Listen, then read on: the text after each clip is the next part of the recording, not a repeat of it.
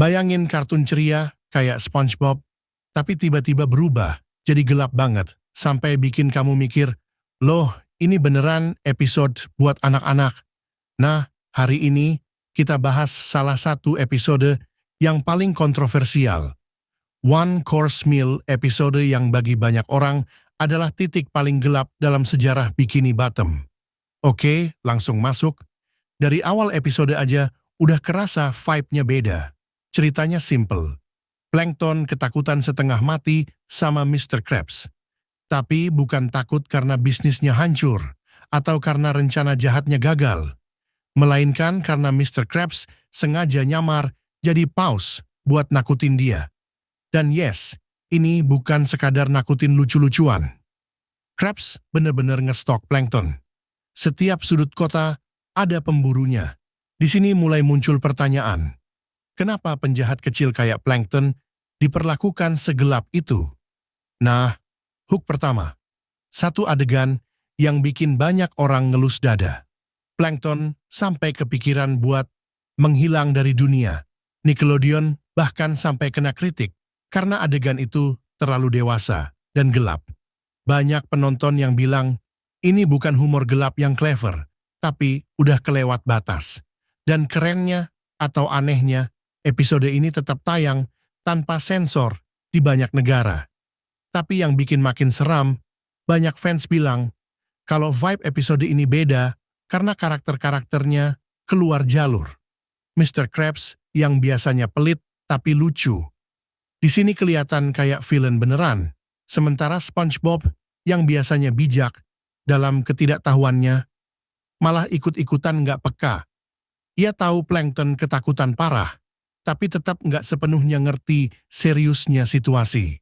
Dan ini membuat satu pertanyaan besar. Apakah di dunia SpongeBob ada sisi gelap yang selama ini ditutupin oleh warna-warni dan tawa palsu? Masuk ke bagian menarik berikutnya.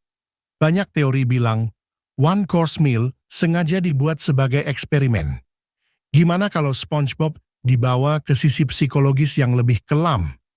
Dan kalau diperhatiin, tone warnanya lebih muram dari biasanya, musiknya lebih tajam, dan ekspresi karakter, terutama Plankton, dibuat lebih realistis dan penuh tekanan. Seolah-olah animatornya memang ingin menunjukkan, inilah dunia SpongeBob, kalau nggak dikasih filter komedi. Yang bikin makin mind-blowing, episode ini bukan satu-satunya yang punya energi gelap. Ada juga Are You Happy Now, episode lain yang bikin fans nanya.